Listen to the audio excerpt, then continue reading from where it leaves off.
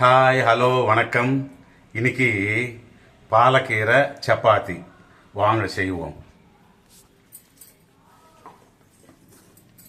இது 2 கிளாஸ் கோதுமை மாவு, அதுக்கு கொஞ்சம் பாலக்கீரை இந்த மாதிரி பொடியாக நறுக்கி இதில் மிக்ஸ் பண்ணிக்கலாம். நல்லா சப்பாத்தி மாவு பிசைற மாதிரி பிசைஞ்சிட்டு அதுக்கு சால்ட்டு கொஞ்சம், நான் கீரை போடுறோம் இல்லைங்களா, அதுக்காக கொஞ்சோண்டு மிளகாத்தூள். இது மசாலா பூ சப்பாத்தி மாதிரி இருக்கும். இதுக்கு எண்ணெய் கொஞ்சம் எண்ணெய் பார்த்தீங்களா, கொஞ்சம் எண்ணெய் போட்டு சப்பாத்தி மாவு பிசைஞ்சிக்கலாம். சப்பாத்தி மாவு மாதிரி பிசைஞ்சிட்டு சப்பாத்தி பண்ண வேண்டியதுதான், அவ்வளோதான். சப்பாத்தி பாலக்கீரை போட்டு சப்பாத்தி. இது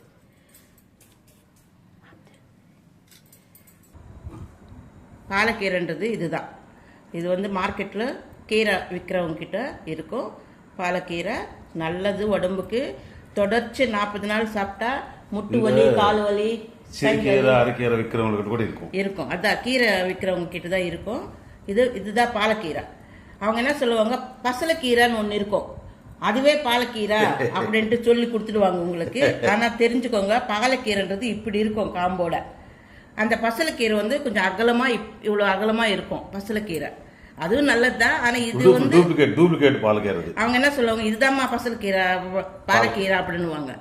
நம்ம தெரிஞ்சவங்க ஏமாத்துறீங்க, இது பசலைக்கீரை, பாலக்கீரைன்றது இதுதான், இப்படி தான் இருக்கும் அப்படின்ட்டு நம்ம சொல்லணும். இதுதான் பாலக்கீரை, இப்படி காம்போடு தான் இருக்கும் பாலக்கீரை. இது பருப்பு போட்டு முட்டுவலுக்கு ரொம்ப ஔஷதம் மாதிரி ஒரு வீடியோ வச்சிருக்கேன், பருப்பு போட்டு கீரை. இன்னைக்கு கொஞ்சம் கீரை போட்டு சப்பாத்தி.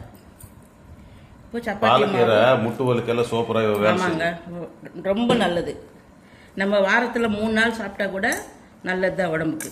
இந்த மாதிரி சப்பாத்தி மாவு ஏதாவது ஒரு ரூபத்தில் டெய்லி கூட சாப்பிடலாம், தப்பு கிடையாது. பார்த்தீங்களா, இன்னைக்கு சப்பாத்திக்கு செய்கிறேன். கீரை சப்பாத்தி, கீரை போட்டு கோதுமை மாவில் பாலக்கீரை போட்டு சப்பாத்தி.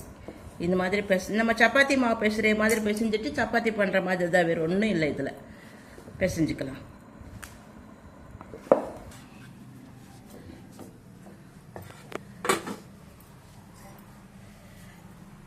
இது சப்பாத்தி, கீரை சப்பாத்தி. இப்போ கீரை வடைன்னு சொல்கிறாங்க இல்லையா, வடையில் கீரை போட்டு கீரை வடை செய்வோம். அது மாதிரி இந்த பாலக்கீரை போட்டு சப்பாத்தி. இது உடம்புக்கு ரொம்ப நல்லது. இப்போ நமக்கு வெந்தயம் கீரை விற்கும், சின்ன சின்னதாக கட்டி விற்பாங்க. அந்த காய்கறி கீரை விற்கிறவங்க கிட்ட தான் கிடைக்கும். அதையும் அது கூட இதே மாதிரி போட்டு செஞ்சுக்கலாம்.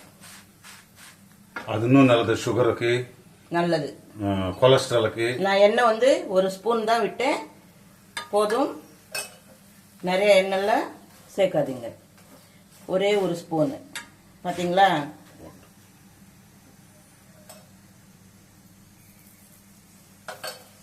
சப்பாத்தி பசங்களுக்கு 2 ஸ்பூன் விட்டு கொடுக்கலாம். நம்ம பெரியவங்க சாப்பிடும்போது 1 ஸ்பூன் போதும். 1 ஸ்பூன் வேக வேண்டாமா? வேகும் வேகும் வேகும். இது இரும்பு தோசை கடாய், இதில் தான் நாங்கள் சப்பாத்தி செய்வோம். பழைய காலத்துது, இப்போ வாங்கினது இல்லை, ஒரு 42 வருஷத்துக்கு முன்னாடி வாங்கினது. 20 ரூபாய் அது. பார்த்தீங்களா, சப்பாத்தி எல்லாமே சப்பாத்தி மாவு பிசைற மாதிரி அந்த கீரை போட்டு பிசைஞ்சுக்கணும். ஏன்னா கொஞ்சோண்டு காரம் போட்டிருக்கேன், ஏன்னா கீரை போட்டு இருக்கிறதுனால கொஞ்சம் சால்ட் எப்பவுமே போடுறோம். சால்ட்டு எண்ணெய் போட்டு நம்ம பிசைஞ்சு வச்சுக்கோம் இல்லையா, கீரை சேர்த்துருக்குறோம். இது அதனால கொஞ்சம் மிளகாத்தூள் போட்டு, சிலர் ஜீரகம் தூள் அதெல்லாம் போட்டுக்குவாங்க. அதெல்லாம் போட்டால் அந்த அளவுக்கு பசங்க சாப்பிட மாட்டாங்க. இதுதான் கீரை சப்பாத்தி, பாலக்கீரை சப்பாத்தி. ரொம்ப நல்லது உடம்புக்கு இது. ஆமா,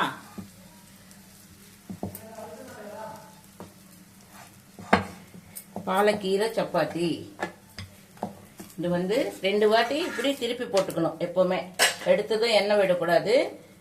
2 வாட்டி எடுத்து போட்டு அப்புறமா தான் எண்ணெய் விடணும்.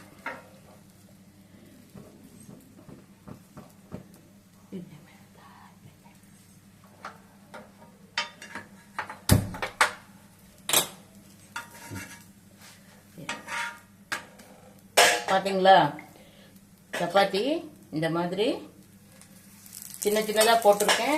இன்னும் கொஞ்சம் பெரிய சைஸில் கூட போட்டுக்கலாம். சப்பாத்தி உங்கள் இஷ்டம் அது. நான் இன்னைக்கு சின்னதாக போட்டிருக்கேன். பார்த்தீங்களா? ஒரு ஸ்பூன் எண்ணெய் விட்டாலே போதும். இது இந்த கொஞ்சம் பெரிய ஸ்பூனாக இருக்கிறதுனால ஒரு ஸ்பூன் எண்ணெய் போதும். அதுக்கு மேலே வேண்டாம். இந்த ஒரு ஸ்பூன் எண்ணெய்க்கே நல்லா சப்பாத்தி ரெடி ஆயிடுச்சு. இது பாலக்கீரை சப்பாத்தி நல்லா இருக்கும்.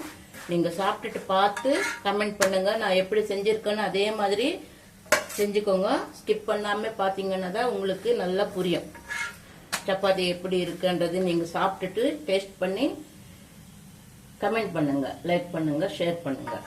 இவ்வளோதான். இதுதான் பாலக்கீரை போட்டு சப்பாத்தி.